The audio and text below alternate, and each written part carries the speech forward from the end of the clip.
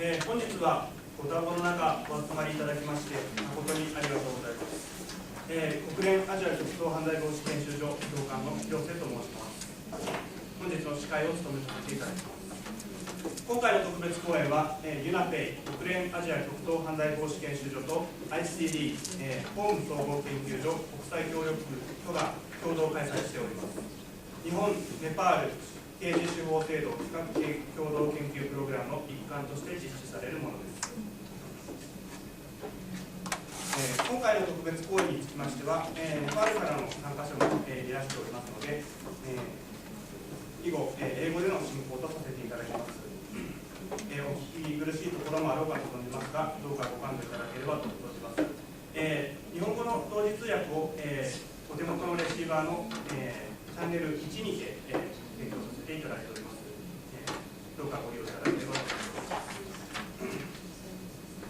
す。それでは始めさせていただきます。First of all, to all of you present here, I take pleasure in expressing my sincere thanks for your attendance at this session, in spite of your busy schedule. It is a great pleasure for us to have so many important people coming together here. And I'd like to note that today we have here with us the Honorable Kotaro Ono, the Prosecutor General of Japan. Then, let me introduce today's lecturer. It is my great honor and privilege to introduce to you all today's splendid lecturer, Dr. Yubaraj Sangroula. He is currently a professor in charge at Kathmandu Law School, Nepal, where he filed a position of the executive director. He has been teaching a number of subjects, such as jurisprudence, criminal justice, human rights, international law, professional ethics, and trial advocacy at that school and Nepal Law Campus for the last 27 years. Besides his position as an academic, he has assumed a number of important posts in the past, such as the Attorney General of Nepal, which is a position established by the Constitution of Nepal. He also worked as convener of the high-level task force for reforms of security agencies of Nepal in 2009. The body constituted the Council of Ministers. Furthermore, he headed the Bar Council of Nepal as the chairman in 2011. As for his academic background, he has a PhD from Delhi University, India. The area of PhD is criminal justice system and fair trial, which is a comparative analysis between the Nepalese criminal justice system and the criminal justice system in India, Japan, USA, UK, Germany, China, and Sri Lanka. Today, Dr. Sangroula has been requested to deliver a presentation under the following title: Constitution Making in Nepal, Nepalese History, Politics, Problems, Challenges, and Prospects. The lecture will be around 40 minutes. Moreover, he will kindly allow us some time for questions and answers after his presentation. So, Dr. Sangroula, the floor is yours. Thank you. Can I do my speaking? Sure. Thank you for especially giving me this chance to speak to you today, and especially in a program like His Excellency Kotaro Ono, the Prosecutor General of Japan, is here. It's a matter of great privilege for me. So thank you, sir. Kunio Takahashi, who used to be the former ambassador of Japan to Nepal, and I think he must be knowing a lot about Nepal too. It's a great privilege for me that you have been here, and then also have a professor at Kew University. I heard about you a little bit, not much, but anyway, I mean, you are one of the very great professor in Japan. I have some information, so thank you very much. And then we have the director from UNFAI, and then my very good colleague from UNFAI, Professor Marinaga and Professor Hiroshi. Thank you very much for giving all this opportunity for me to speak today. This is a little bit odd to speak on. We have been making constitution for a long time, and we have not been able to make it. So we spend a lot of money electing Constituent Assembly, then spending 4 years making Constitution, and finally we didn't make it. And actually, it was a coincidence for me when Constitution was being made and we were failing. I was the Attorney General, and I was supposed to go to the Constituent Assembly time and again. I could see it was not going to be made. But a lot of needs, a lot of challenges, a lot of misunderstanding, a lot of understanding. There are many things. We have been often said that Nepal failed to make the constitution. So my whole questions today would be here to make a presentation. Did really Nepal fail, or somebody else failed? Is what probably I will be talking about. So I will not be talking much. Rather, I will be happy to have your questions entertained later on, and then can make sort of two-way dialogue rather than one-way dialogue.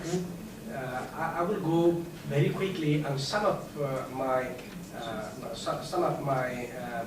ideas, and then we will after that go on the questions and queries and answer sessions actually. So I have actually some slides made for you to make easier that what I'm going to say. Some of you probably know that Nepal is a country in South Asia, having its history over 2,000 years, and consistently and constantly existing country. India did not exist in those days. What exists in the place that India today is a lot of empires, like the empire like Kalingana, Mughal, and there was a very strong competition of power. But again, like Nepal in those days also was between an empire used to be in Tibet, and then we went Tibet, China, so there was a power struggle, and on the south, like there were several other empires, and we were even in the middle.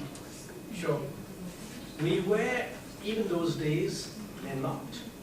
We were, even those days, in between many powers when we were struggling. And even today, we have been struggling, but Nepal is there for a very long time as a country, unchanged.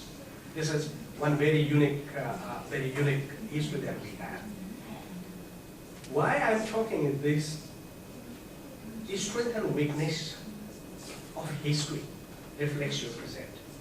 So what I'm trying to often say is like, why we did fail in making constitution, not the people today, our history today.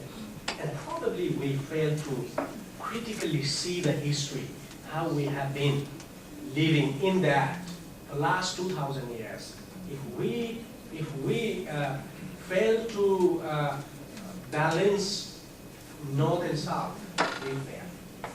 This is probably we ignored a lot when we were making constitution. Therefore, the history is very important. That's what I'm a little bit raising these issues. So, what we see in the history, if we see in the past, power competition between empires in South Asian subcontinent. We always have been living in that power competition between, probably you know, the King Ashoka, who had a big war, and then he submitted to later on Buddhism. He was fighting with Mughal state, and then slaughter, and then there was a fight between Tibet and China too. So we are in between a place which is, in terms of history, if you very closely see, volcanic in both ways. A lot of war between China and Tibet, a lot of war in empires in South Asia, and we are between a country who gave birth to Buddha. I mean, we're talking peace always, but maybe in the last constitution making process, somewhere we have that notion of history we forgot to understand, and probably we failed to bring the competing interests in South Asia together and then convince them that when we will make a new constitution, when we will become a new republic, giving up monarchy, we're not going to create a problem for you. Probably we failed to communicate to that our big neighbors. Therefore, probably we invited them to compete in our constitution making process. Instead of we competing, they were probably competing. So we still have not made a very deeper analysis of the situation. Then, from 10th century, we got invasion of Mughal Empire in India, and Mughal often attacked Nepal. They destroyed a lot of Buddhist and Hindu shrines, even in Kathmandu Valley. Pashupatinath Temple and Swayambhu, they were miserably attacked by Muslim forces and then destroyed. And they actually doing it for collecting gold that we had deposited in this temple.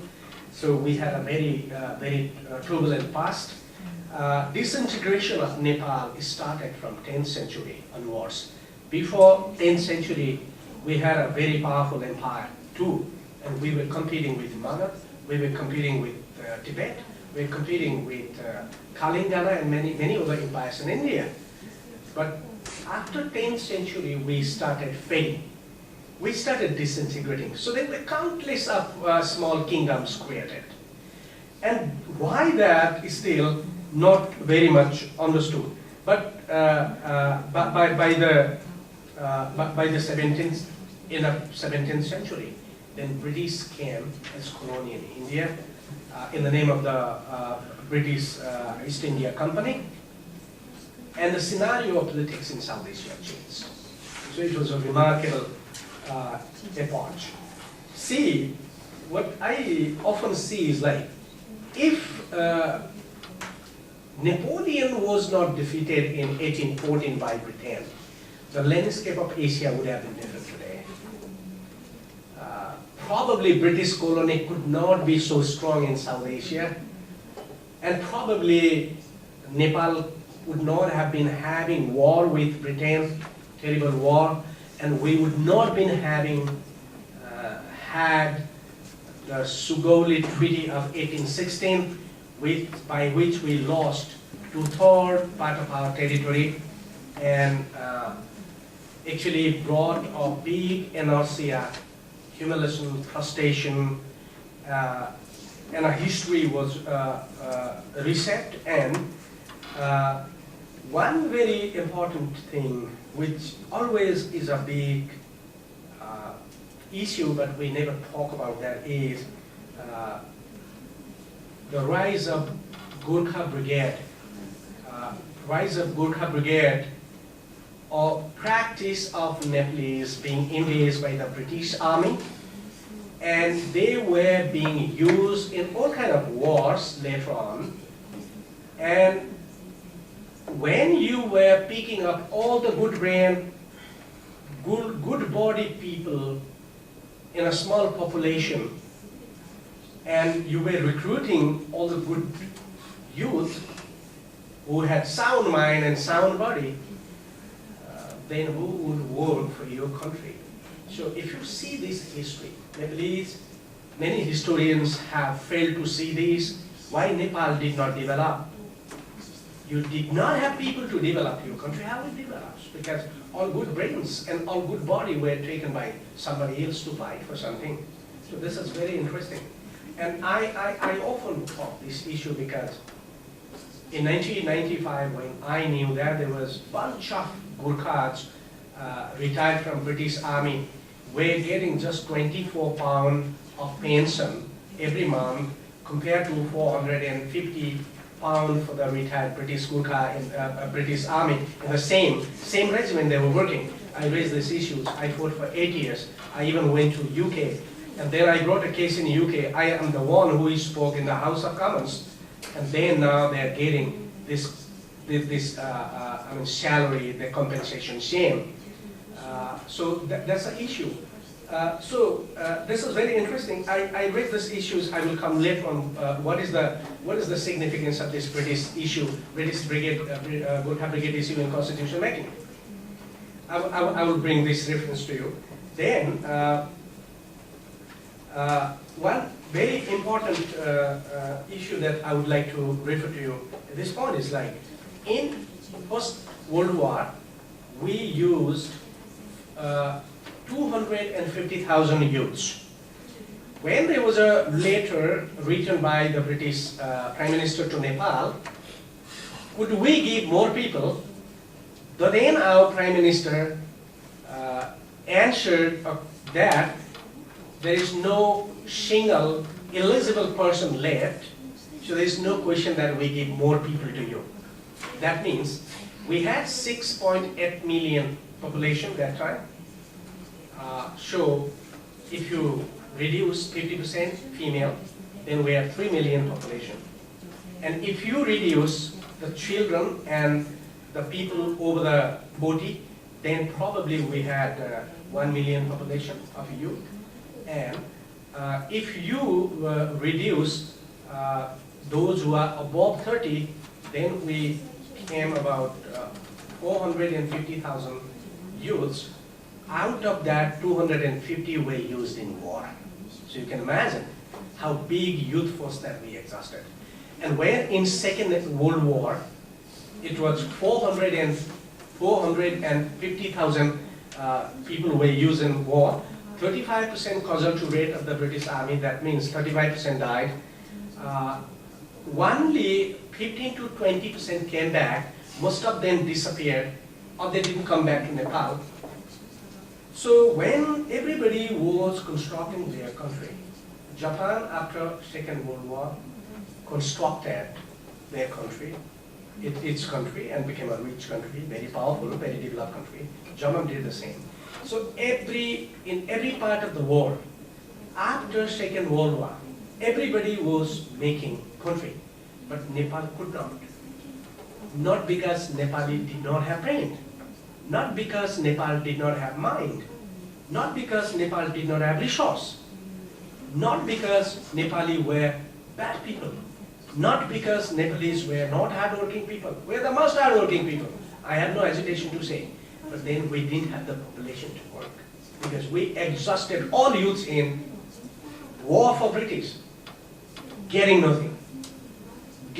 So Nepal is poor, not because we didn't work. We are poor even today because we lost our youth force to develop country in 50s and 60s. They all were either killed or exhausted in the 1940s in the war. So that was a traumatic situation. So British colony was not very good for us.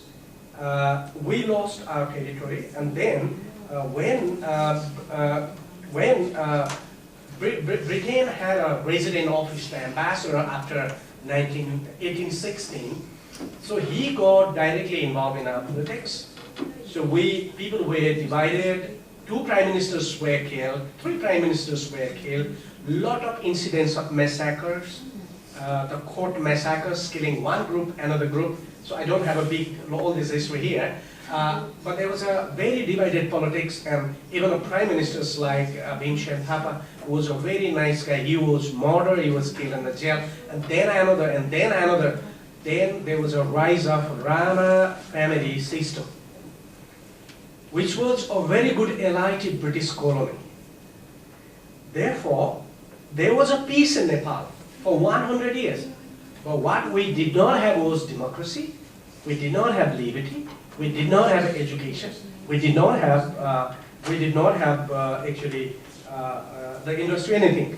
So, Padma Shamsher Rana, one little reform-minded prime minister, was probably quite captivated by the success of Meiji Reformation in Japan, got some idea, I think former ambassador to Nepal knows, I mean, this kaki, this fruit was taken by runners from Japan to Kathmandu, so we have a lot of kaki fruits, okay?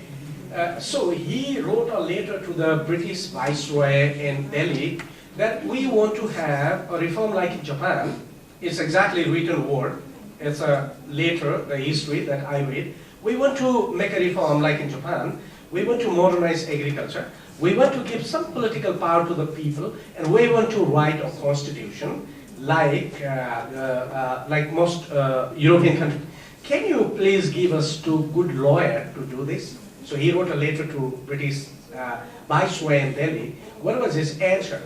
Was that this is not time for Nepal to go to democracy because this is still not a good time for you to do that. So we cannot give you lawyers. So it's better you go as you are. Why the reason? Why my historian failed to interpret it? The reason was that if we had that reform taken place that time, we would have a university, we would have industries, and we would have our youths going to university instead of going to the Gurkha Brigade. And then British could not have soldiers to fight, therefore they completely prevented or prohibited the schemes of opening colleges, universities, industries. Therefore, Nepal would remain in a dark age. All youths would go to British Gurkha Brigade because they were needed for them to suppress British Indian freedom movement, because they could not rely on Indian, because Indian could cause mutiny in support of their people. But our people could not speak Hindi language, so they could not understand the sentiment of Indian people. Therefore, they thought that Nepalese would be based army to suppress independence movement in South Asia. Therefore, they did not allow open university. Sure, we remain in dark. So that's a kind of very massive situation. So we got two things from Britain colony. One, we got Gurkha Brigade, our youths were exhausted, and we got another thing, an autocratic family oligarchic system was supported by the British. So 100 years we were in a despotic rule, and we were in dark. We were in a very miserable situation. So we got chance to develop ourselves. It's very important. So we got the autocracy somehow institutionalized. So in 1950, we got multi-party democracy. In 1963, he introduced a partyless system. There was regression. In 1990, multi-party democracy was restored. From 1997, the bloody Maoist insurgency flared up, and Nepal caught into trap of civil strife. So see the political development we see. 100 years autocracy. Before that, indirect colonial suppression by getting our youths to work for the British Army, and then our politics divided, 100 years and a lot of massacres, then 100 years autocracy. In 1950, we got a democracy, and then again, there was a division pro-communist and pro-Chinese and pro-Indian division in Nepal, 1950. And again, the king getting chance to go to regression. And then 30 years, we got a partyless system. In 90, we got a multi-party system. In 1996, we started having this bloody insurgency where we lost 14,000 people, devastation, the industry devastated. We had started going up very nice economically in those 10 years, from 1990 to 2000, despite this war in the beginning. You see tourism infrastructure was developed, almost 10,000 kilometers of road was constructed, new industries came, and then new universities, 6 new universities emerged, lot of new institutions, reform of law, reform of justice. Nepal had a very beautiful time, and then the insurgency finished everything. Again, so now, I'm almost finishing the first part of the history because I did it. You cannot think of constitution ignoring your history, which is so turbulent history, which is so difficult history. So it's so complex, it is not so easy. I mean, many people think that, oh, Nepal, as a small country, everything is fine. No, we have a very turbulent history. We have a history which is very difficult to understand, in fact. And that history has reflection in the present. What we have planted that time has reflections today. So, post-conflict propaganda and derailed peace process. It's here. We were condemned internationally that Nepal is a failed state. No, we were not. Nepal still was a peaceful country. Nepal had trouble, yes, we had insurgency, but we never had been a failed state. So why this failed state policy was shown, and I think a lot of, after in the post-conflict situation, I got at most 20 intellectuals from Japan who met me in Nepal, and always they used to ask, same like failed state, how Nepal would be set. And they used to defend that. No, Nepal is not a failed state. We have a conflict, we have problem, but we are not in a position like in Cambodia, we are not in a position like in Afghanistan, because we have our own culture, we have our own system, everything is there. Nepal would never be a failed state. I defend it. Who did this, like this international organization, national organizations, for the hunt of international funding, they were selling this idea that Nepal is a failed state. So largely we were actually condemned internationally that Nepal is a country torn by conflict, does not have anything, it's totally devastated, and sometimes like I felt quite shocked when I saw internet like somebody was applying in Kathmandu School of Law to do master degree in human rights. And then another asks like, where is Nepal? Another asks. And there is the answer. Oh, I don't know where is it, but it's somewhere in Asia which is devastated by conflict, and it's like a ruin. Every day people killed, and there is a blood everywhere. This is where. No, Nepal was not like that. Even during Maoist insurgency, we were working normally. Yes, there was a war, but we were not devastated. Our culture was not devastated. And you see, the example of Nepal was not a failed state.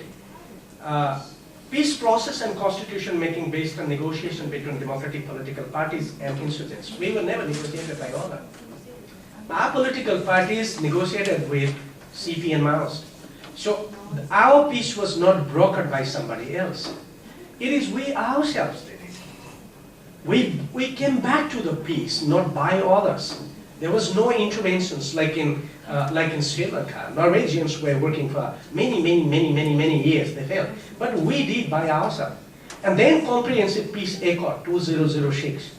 We signed it. And we negotiated. Intellectuals got involved. Political parties involved. We did not invite any expatriates or foreigners to negotiate. I mean, we were not killing each other. Like Afghans were supposed to go to Switzerland to negotiate. We were negotiating in Prachanda, the CP and Maoist chief's house, or the Prime Minister's office. We were walking around and we did it. And this is how we built it. Then transformation of Nepal into a republic. Many people thought that there would be a bloodshed. No, nothing happened. We declared that we want to be a king. The king said that, okay, though I don't like it, but I would peacefully go, and you have to give me a house to stay, but I'm not going to resist. So king left. So even there was no blood. And then CA election, Constituent Assembly election. Many people thought that Nepal would be again in a bloodshed. There was not a single killing. And we successfully held this CA election also. Integration of military. It's a country in the world, an exemplary country, where rebellion have been given space in the Nepal National Army, and they have been working fine now. So we have integrated the army. And In all these processes, the officials, politicians, intellectuals work without any outside support. So actually we got UN, it created a lot of problem for us, so we had to say, okay, you go. We will work out by ourselves. And when UN left, we did peace process continuously and smartly go, and we actually did it in a very good way. Sure, I'm telling this like Nepal has a potentiality and possibility of making constitution, because all these things that we did by ourselves. In the last 15 years, we did the treaty, we did the military integration and everything. So if we can do that, why cannot we make constitution? So Nepal's failure of constitution making is not a failure of Nepal, something else. So that's what actually we love Japan. To be very frankly, to be emotional to you, we love Japan. Japan has done a great job to Nepal. We have been supported by you for a long time, but we have some concerns. We are in problem now. So why Japan is not so much heavily coming to support Nepal is my questions to you. We want many more support. I mean, emotional, intellectual, and all that, because Japan does not bring interest when it comes to help us. Japan does not bring politics. Japan does not bring religion. Japan does not bring language. Japan comes with a very clean heart to support Nepalese people. And we share somehow the historical legacy, like Japan was devastated after Second World War. They built their country and we are devastated. So you have an experience. You have an experience of building your nation in a different way. So why not?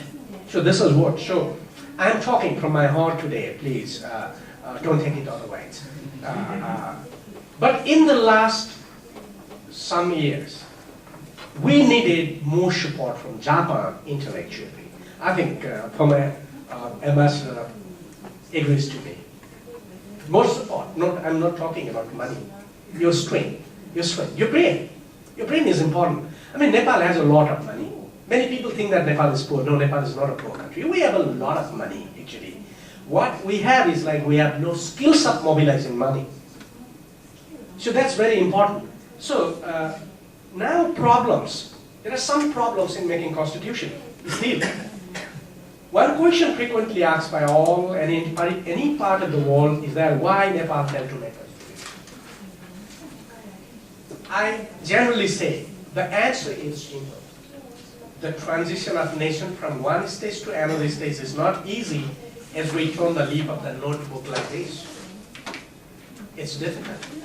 When you are in such a terrible history, changing and changing and changing, and you have been going through such a terrible bloodshed, transition is not easy to end. So it's something like not easy as you can turn the leaf of a novel to read. So it's a reality. And reality is really difficult. So transition is not merely an issue of time and era. It is an issue of formation of new societal and political values. So we have been somehow failing to develop new theories and new values in politics. So that is where we fail to make the constitution. Therefore, we would not save our process from being influenced by 100 different interest groups. So if we were not influenced by 100 different interest groups when we were making constitution, we would make it. But then we have hundreds of NGOs from Europe teaching different things. And then we did not understand what is doable and what is not doable. So we spent 10 billion Nepalese rupees to make the constitution. International agencies spent 14 billion to make the constitution. So what money they were using for? So their interest.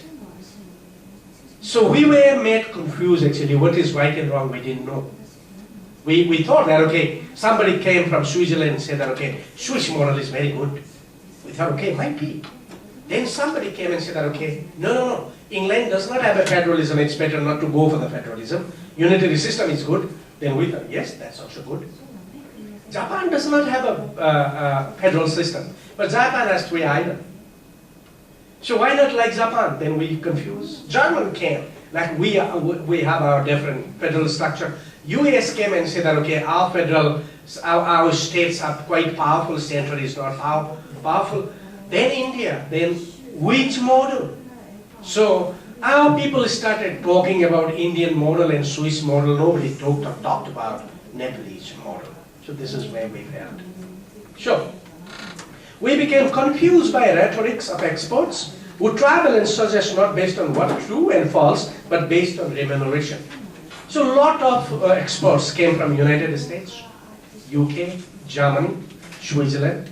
They were not there to help us, but they had a good remuneration. So they came, they learned few days, they talked to me and others, and like intellectuals, and then they made some suggestion, went back, that suggestion did not work. So we were actually confounded by countless of suggestions that way. So division of Constituent Assembly in name of caucus. So there were caucus created. Women talked for women. Dalit, untouchable community, talked for untouchable community. Brahmins talked for Brahmins. Kshatriyas talked for Kshatriyas. And then tribal communities talked for, so nobody was talking about nation. So our Constituent Assembly did not work in Constituent Assembly, but all 5-star voters were booked by NGOs and INGO where they have been talking about Constitution. Finally, we failed. Competition of some countries to export their federal structure. Like there was a band of people coming from Australia telling that their system is good. Band of people from Switzerland, they say that Swiss model is the best one. German, then. Hundreds of our members were going to Germany, Switzerland, America, and everybody came and said that, okay, Australian model is very good. In the parliament, they said, Australian is very good because they are seen in Australia. Another came and said that, okay, Swiss model is very good. So they were comparing. And then, wrong interpretation of causes for discrimination among population in Nepal. So, Western, some countries like UK and some others say that Nepalese politics and civil service is dominated by 3 castes, Brahmin, Kshatriyas, and Nevas. And that's true. 90% in civil service, and in politics, and in all the public sphere, definitely. Brahmin, Kshatriyas, and Nevas in university. But we didn't do that. Because Britain used in First World War and Second World War 600,000 youths from 30% indigenous community, and they either were killed or they didn't come. So it was the 50 and 60, these youths who died in war were supposed to go to the civil service and politics. So there was no youth. So that lack or that absence of tribal indigenous community in Nepalese politics and civil service was not because Brahmin, Kshatriya, and Neva did not give them job, but there was no one. Because they were killed, they were disappeared, so there was no education. In the time they were supposed to go to education, they were working for the British Army. So most of them were not educated, even those who were retired. So that distinction was not created by Nepal, that was created by Britain. So they at some point tried to create a kind of conflict between this 2,000 years long history of our communal harmony. At some point, it almost came to collapse, but now we got rid of it. So it was not our problem. Actually, it was a colonial legacy we got. So that was not a Nepal problem. It was a colonial legacy. So we don't have this kind of biasness in Nepal that somebody should be in the government or somebody should not be.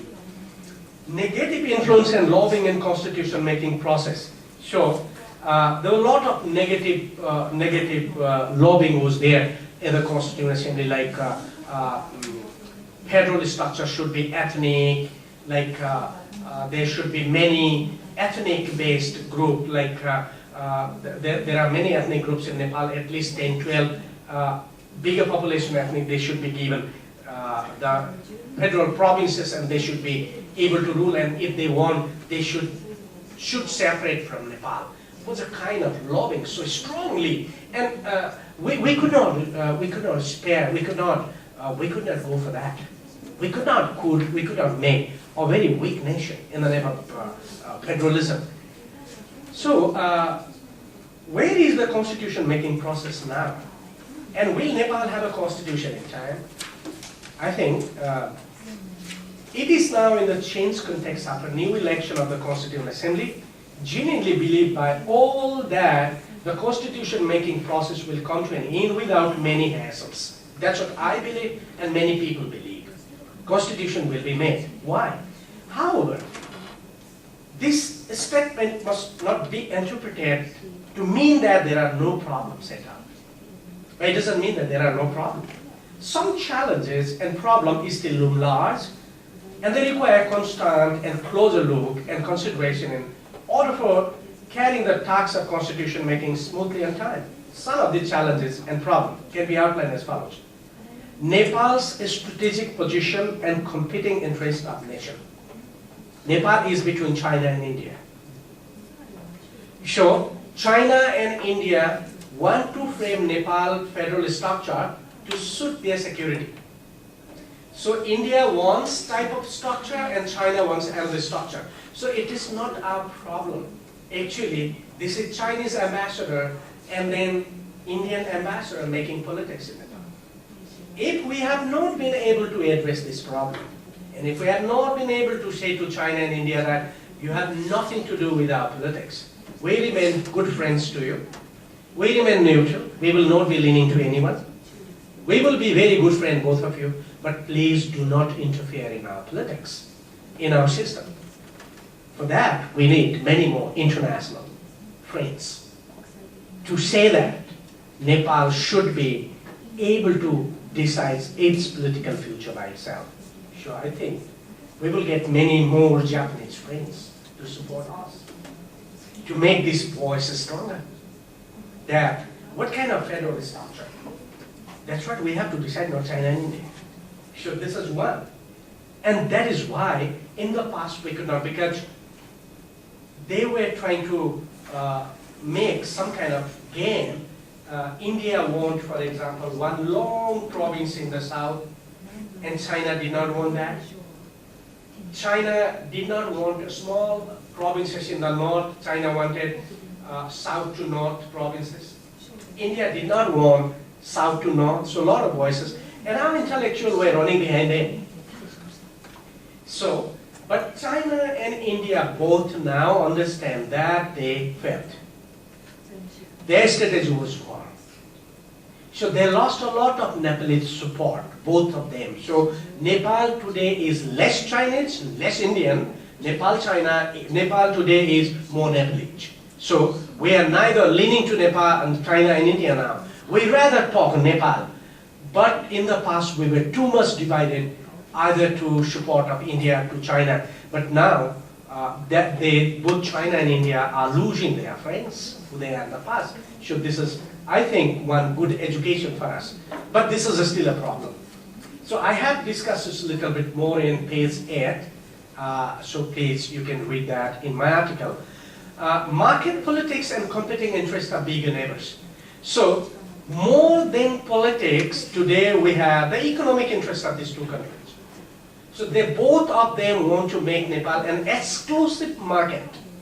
So politics is less now. I mean, China and India are close friends now too. So what they are now into, therefore, are competing for is like an exclusive market. Like China wants to make Nepal its market, and India wants to make Nepal its market because we still have lot of cheap labor and huge resources. So they want to produce, and then they want to sell in the international market. So this is another. So they have definitely interest. So we should be very conscious of that.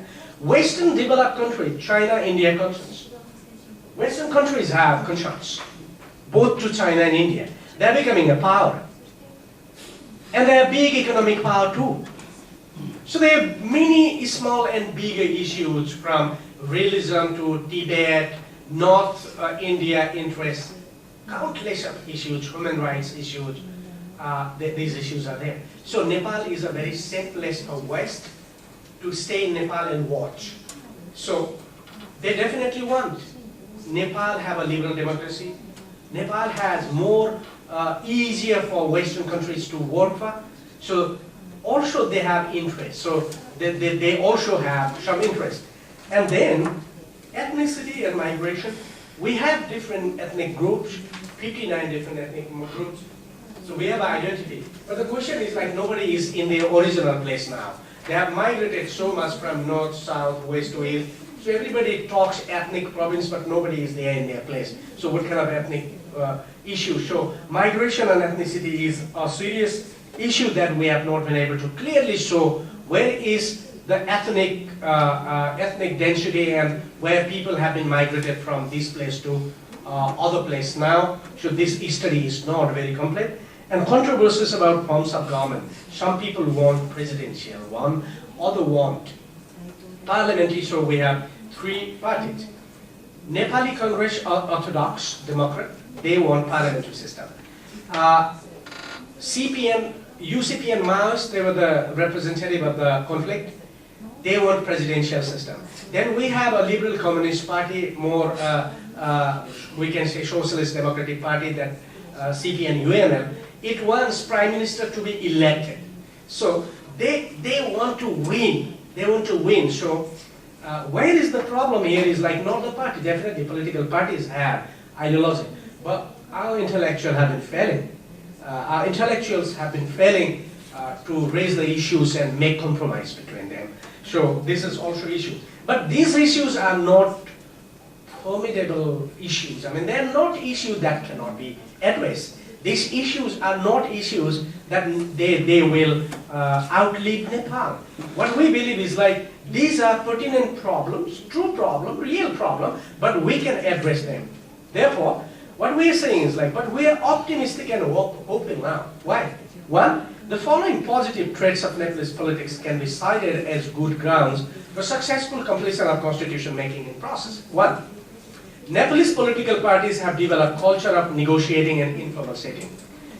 Like BJP and Indian Congress do not sit together, they fight.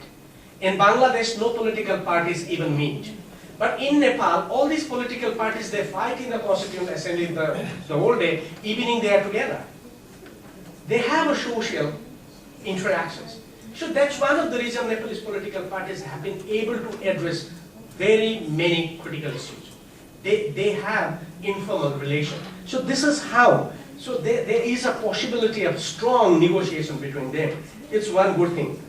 The second CA election has expressed the national emotion and sentiment towards ethnically undivided nation. So the first CA election talked about ethnically divided provinces. But all those parties who pleaded for ethnic-based provinces were badly punished by the people in the second CA election. Those people who are talking not ethnic-based provinces made huge come up in the CA means people are not interested for ethnic-based federalism, but they rather want a federalist structure, a more secular form of federalist structure. So that sentiment is there, that emotion is there. So the existing CA has declined to work in paradigm of divided body. So the present CA is not working in caucus. Present CA is not working as woman group, Dalit group, Brahmin group. It's working as an integrated group, and then they are really working. They are pretty much actively working. I have been there many times before. I came here to make presentation for the member on many issues. But I found the seriousness on working. They are not going to in the vacation and festival. So they want to finish the work before this festival. So they are working with serious. Some issues still are there, but they are working. The Nepalese intelligentsia has gained wider consciousness and insights of handling the critical issues to be addressed by the Constitution. So, in the past we made some mistake, but Nepalese intelligentsia now has more secular thought, more non-partisan thought, more national issues to discuss about. So, I mean, they become more competent than in the past. Like I would not have been able to speak this for 5 years before. But now I have been able to come in Tokyo and communicate to you. So that is the strength. A lot of people have gained this strength. So finally, there are some mechanisms and procedures for addressing challenges. One very important mechanism is that Constitutional Dispute Settlement Resolution Committee. This is, I have discussed in page number 11 here. This is a body which is having all senior leaders from all parties. It's a 48 members in there. So every dispute is discussed here. So this is an engine to grind and then, make things produced. When issues are settled in this committee, then it goes to the Constituent Assembly Drafting Committee and is drafted. So there are only very few issues this committee is still debating. The one is number and size of federal provinces. Another is the form of government. And another is the electoral process 3 issue. Like the power of parliament has been already decided. Forms of parliament have been decided. And then many other issues have been issued. Whether it is presidential form or it's a parliament form, they are debating. But they are quite hopeful. Before I came here, there was a statement of all political leaders like we are nearly compromised. So that's what they have been passing information. So they have been not coming to the meeting in mind, but they are passing information to the people that we will make it. So that's how people have been hopeful. So this is one mechanism which is very important to settle. And they have just started saying to negotiate with the outside party who are not in Constituent Assembly. So they are making some mechanism to discuss with them.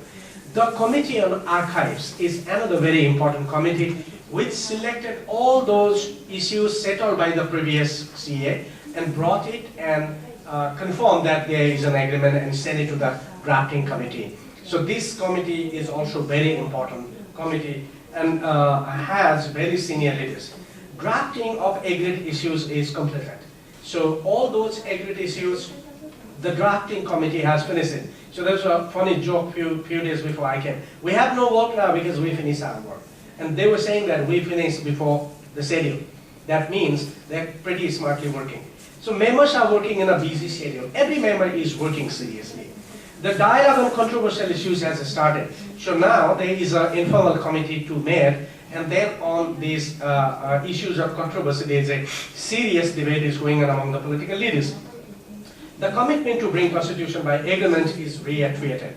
So the date it is scheduled for, the Prime Minister even few days before said that I will not even wait for 1 day more to bring the constitution. We will bring it in time, and the next day I will resign.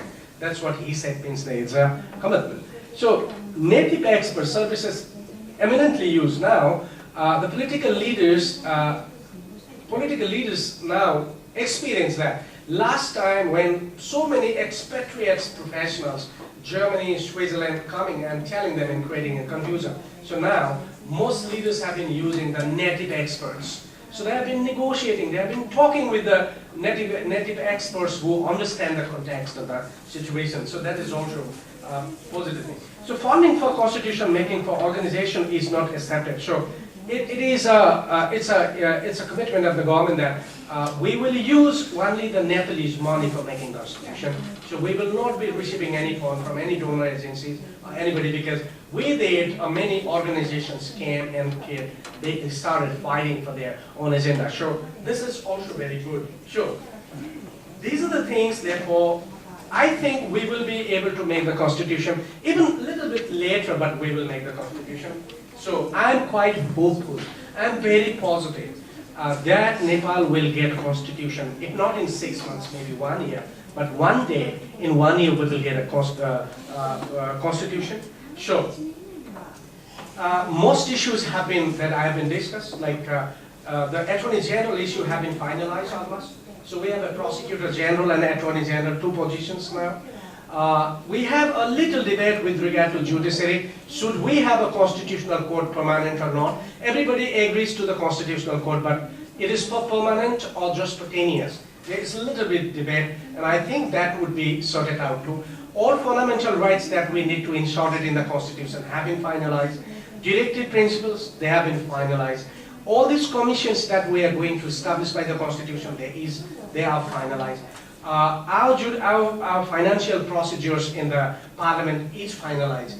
Everything is finalized. So what we need to do now is how many provinces, whether we will go for the presidential election, presidential government or the parliamentary government, or what would be the division of direct election and proportional seat. There is a 60-40 debate. Some people want 60% proportional seat, others want 60% direct election. So this debate, but that's what I said, like Nepalese intellectuals will be able to influence these issues, and political party in Nepal have developed a culture, only in South Asia is of Nepal, where these political parties, though they are contesting, they are sitting together, they are going to the marriage of their daughters and sons, they are going to the funerals of each other's party leaders or actors die, and they are sometimes secretly meeting in resort and drinking.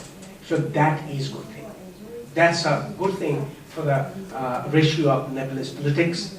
So I think we can do it. So thanks for this privilege. I sincerely believe that Nepal will have a constitution in time. Next time, if I happen to come, I will come with a constitution for you. Nepalese people always appreciate Japanese assistance in our mission of developing Nepal. After constitution, we may expect more assistance in building better system of justice and rule of law. That's what this morning I had a very sincere urge to Excellency Attorney General. He has been a very good friend of Nepal, has been to Nepal already, and we have Professor Morinaga is already a half Nepalese citizen, and Professor Hiroshi, he knows Nepal. So we have a lot of friends, so please, we are not asking for money, please come up with your very strong mind to help us. Let's work together. So I have always been a fan of learning more and bringing more from Japanese criminal justice to Nepalese criminal justice system, because we see a cultural setting. So Japanese prosecution system can be brought to Nepal to tie between police and judiciary. That's what one of the reason of my PhD I selected. I picked up Japan's criminal justice system and learned something. So that is, I have been always urging and inviting Japanese professors. I would like to, professors, you invite, visit Nepal. And let's have, and my request is like, if it is possible in 2015, why don't we have Japanese, Nepalese criminal justice conference, little bigger, see a lot of ideas together.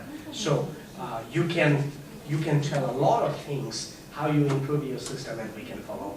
So this is how I think we can go ahead. I took a little bit longer time for that. I do apologize for that. Now I end it here. Thank you very much.